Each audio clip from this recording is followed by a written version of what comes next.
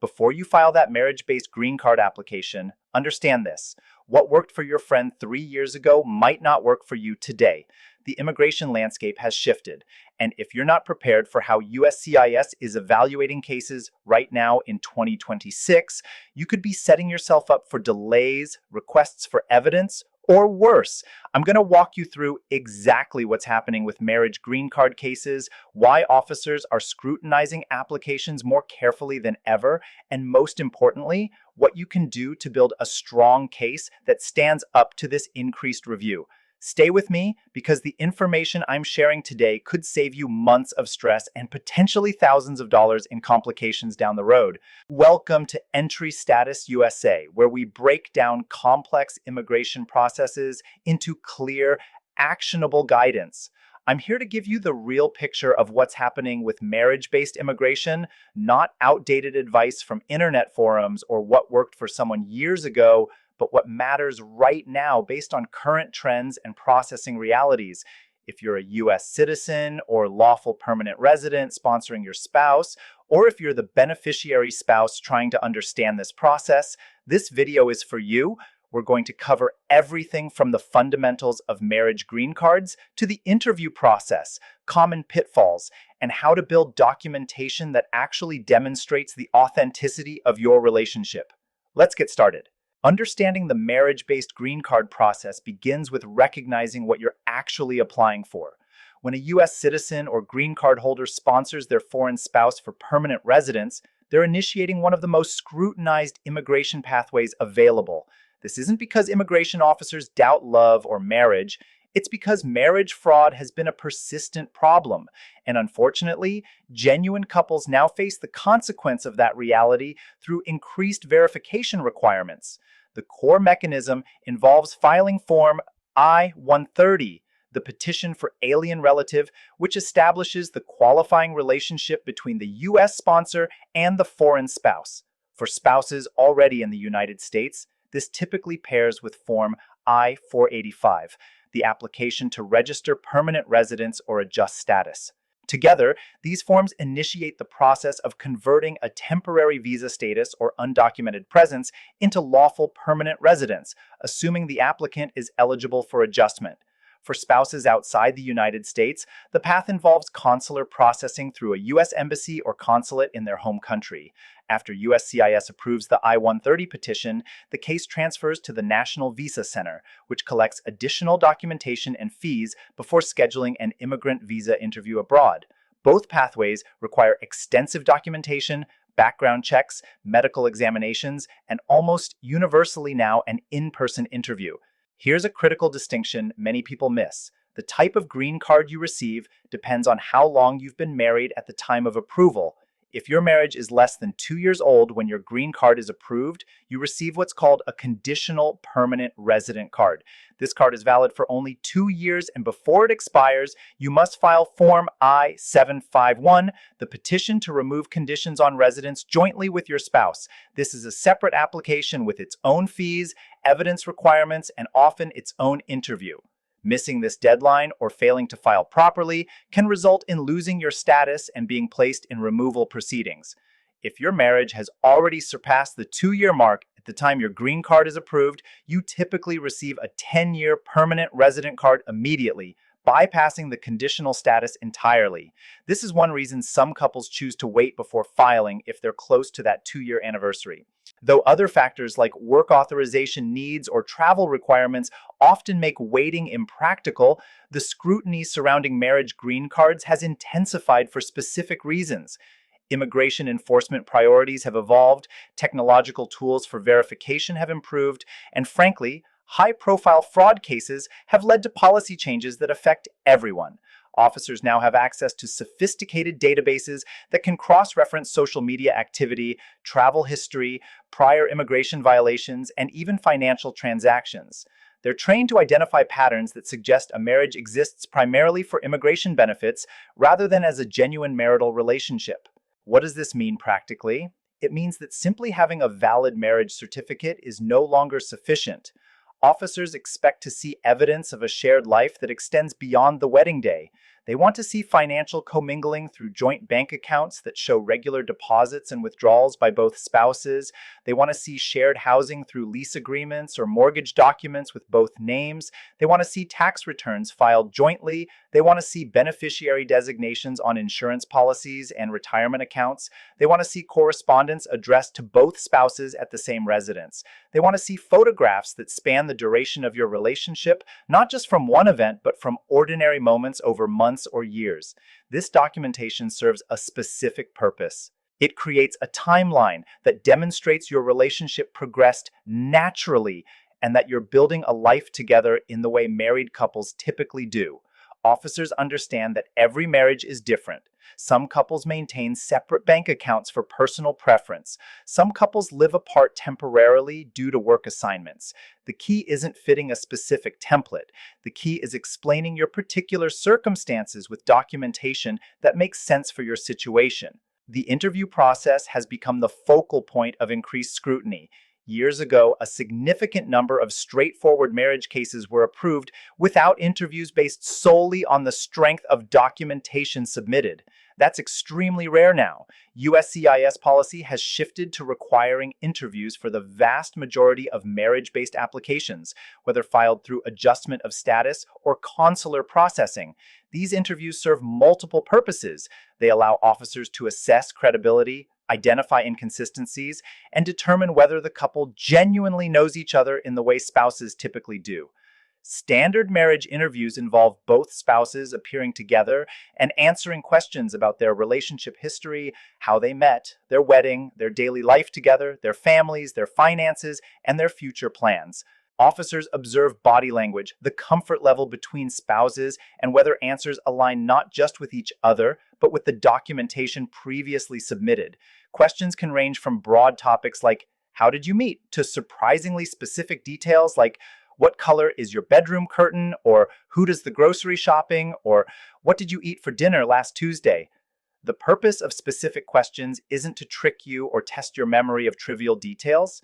The purpose is to determine whether you're answering from actual shared experience or trying to coordinate fabricated responses. Genuine couples who live together can usually answer these questions naturally, even if they occasionally disagree on small details. In fact, minor inconsistencies on trivial matters can actually support authenticity because perfectly rehearsed identical answers can appear suspicious. Some cases undergo what's known as a Stokes interview, named after a federal court case that established the procedure. In a Stokes interview, spouses are separated and interviewed individually, then brought back together to address any discrepancies. This technique is typically reserved for cases where officers have specific concerns about fraud, but it can be applied to any case at the officer's discretion. If you're selected for a Stokes interview, it's a clear signal that your case is under heightened scrutiny, though it doesn't automatically mean denial. Many Stokes interviews result in approval after spouses successfully demonstrate they're genuinely married. Form I-751 requires essentially proving your marriage all over again, but this time showing that your relationship continued and deepened during the conditional period. Processing times for I-751 have become lengthy, often extending well beyond a year, and interviews are now common where they were once rare. Officers reviewing I-751 applications examine whether the marriage continued to develop in typical ways. They expect to see continued financial commingling, ongoing cohabitation, shared major life events, perhaps children born during this period, continued integration of families, and evidence of long-term planning as a couple. If the marriage ends in divorce during the conditional period, removing conditions becomes more complex but not impossible.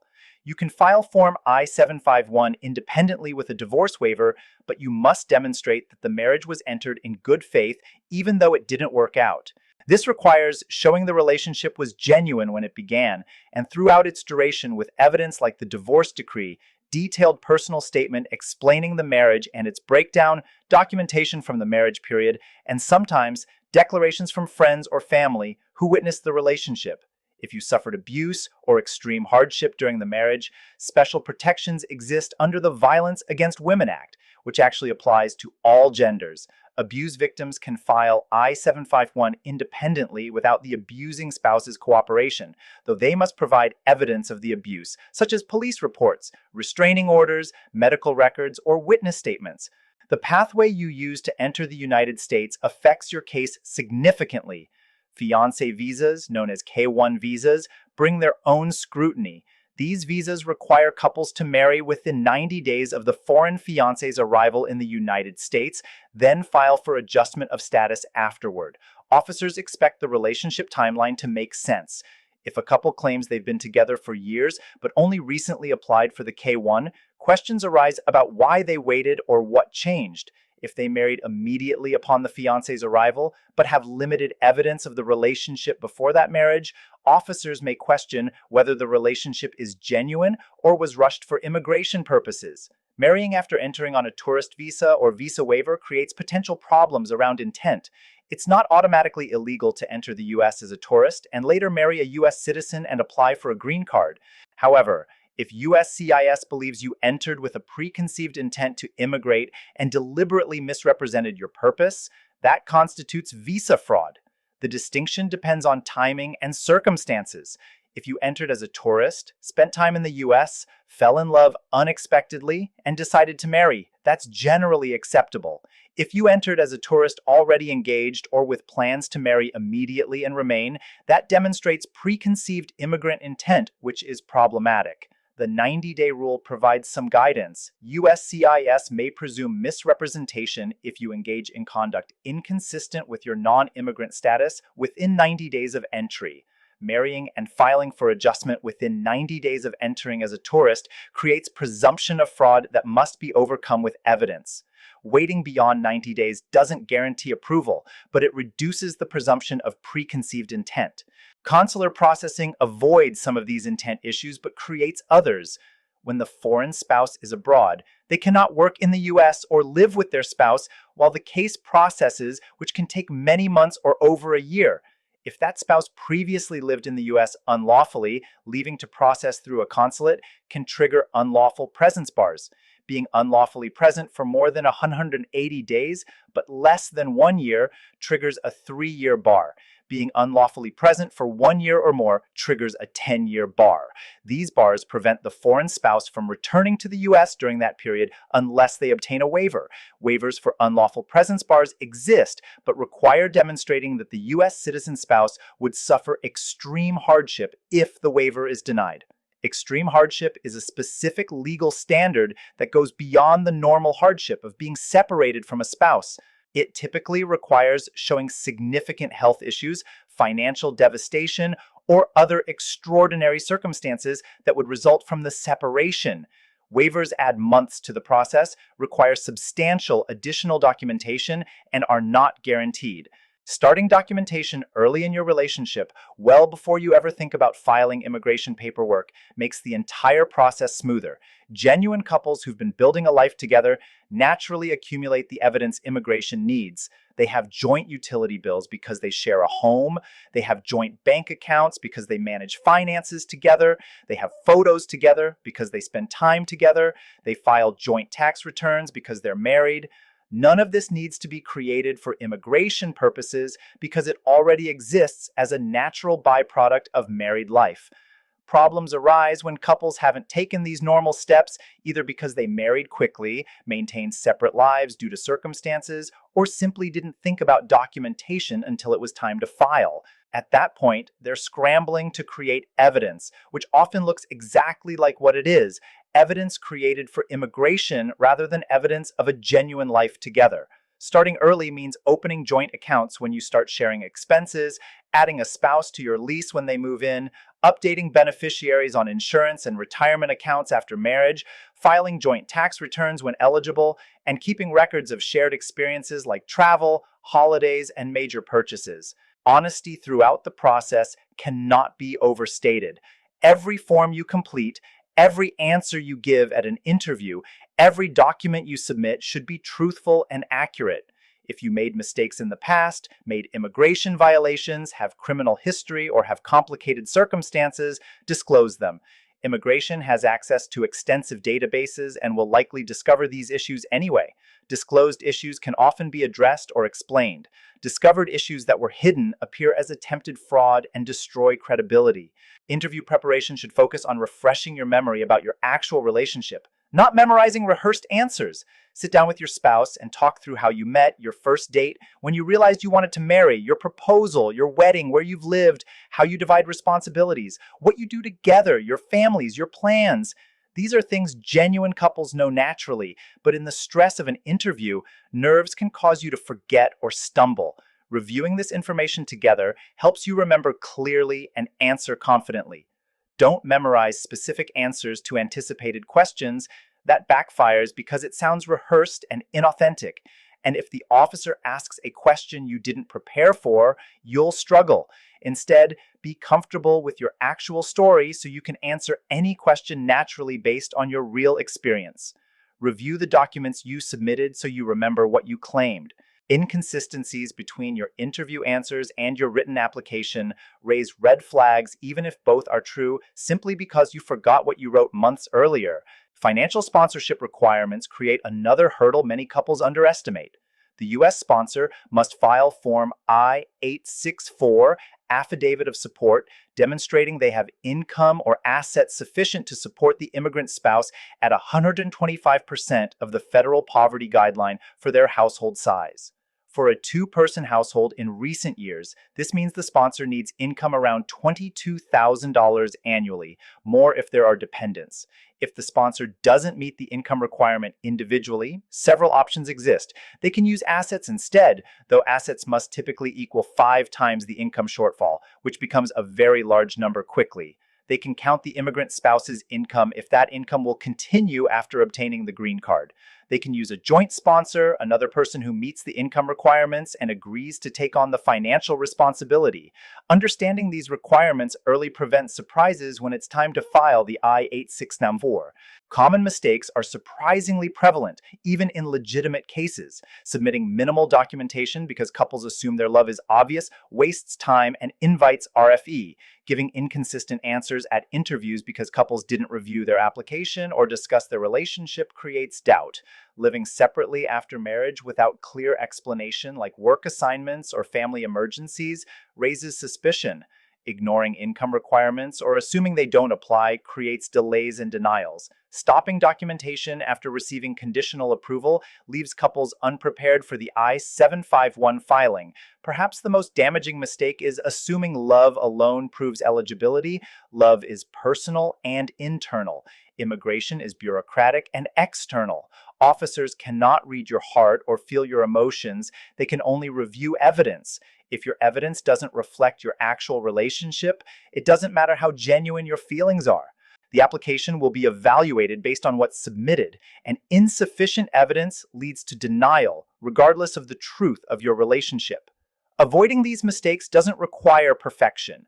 It requires awareness of what immigration expects and consistency in providing that evidence over time. Same-sex marriages receive identical treatment to opposite-sex marriages under current U.S. immigration law. Since the Supreme Court's decision in United States versus Windsor in 2013 and Obergefell versus Hodges in 2015, same-sex marriages have been fully recognized for all federal purposes, including immigration. Same-sex couples file the same forms, meet the same requirements, and undergo the same scrutiny as any other married couple. Cross-cultural marriages, whether same-sex or opposite-sex, may face additional questions simply because officers want to understand how the relationship functions. If spouses come from very different cultural backgrounds, officers may ask how you navigate those differences, how your families have responded, how you celebrate holidays, and how you communicate across cultural norms. These questions aren't discrimination. They're verification that you've genuinely built a relationship across those cultural differences rather than entering a marriage of convenience. International relationships where spouses met online or lived in different countries before marriage need to demonstrate the development of their relationship across distance. This means showing travel records of visits back and forth, evidence of regular communication through messages or calls, financial support sent between partners, knowledge of each other's families and friends, and concrete plans for building a life together.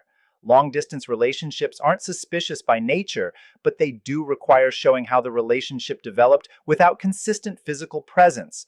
Timeline matters throughout the entire process because immigration doesn't evaluate a single moment in time. They evaluate your entire relationship history from when you met through the present. If your relationship had ups and downs, if you separated briefly, if you moved multiple times, if you had financial difficulties, all of this becomes part of the record.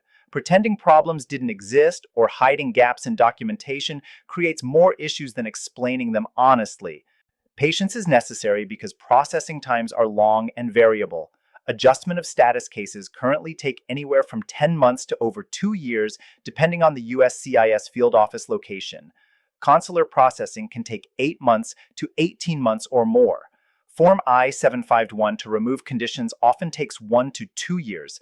These timelines fluctuate based on agency workload, budget, policy changes, and location. Checking processing times on the USCIS website provides estimates, but they're only estimates. Your individual case may process faster or slower. While waiting, continue documenting your life together.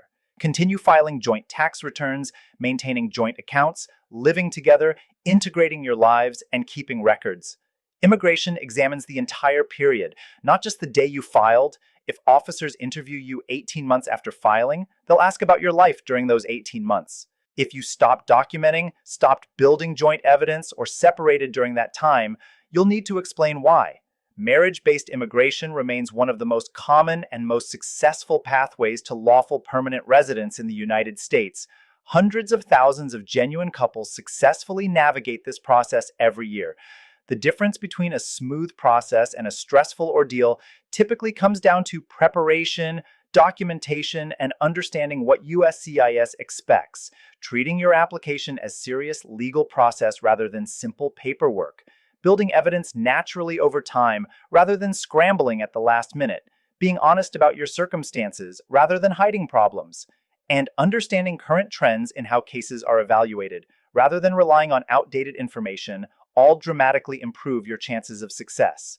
Immigration law changes regularly. Policies evolve, processing times shift. What worked last year might not work identically this year. Staying informed through reliable sources rather than relying on what worked for someone else years ago keeps you prepared for the current reality. If you found this breakdown helpful in understanding the marriage-based green card process and what you need to prepare for in the current immigration environment, make sure you're subscribed to Entry Status USA. Hit that subscribe button and turn on notifications so you don't miss our updates on USCIS policy changes, processing time updates, interview experiences, RFE trends, and detailed guides on every step of the immigration journey. Share this video with anyone you know who's starting their marriage green card process or who's in the middle of it and feeling overwhelmed. The more people understand what's actually required, the better prepared they'll be to build strong cases that lead to approval. Drop your questions in the comment section. I read every comment, and your questions often become topics for future videos that help the entire community. Remember, being informed and prepared today protects your future tomorrow and gives you the best possible chance at a successful outcome. I'll see you in the next video where we'll dive deeper into another critical immigration topic. Until then, stay informed and stay prepared.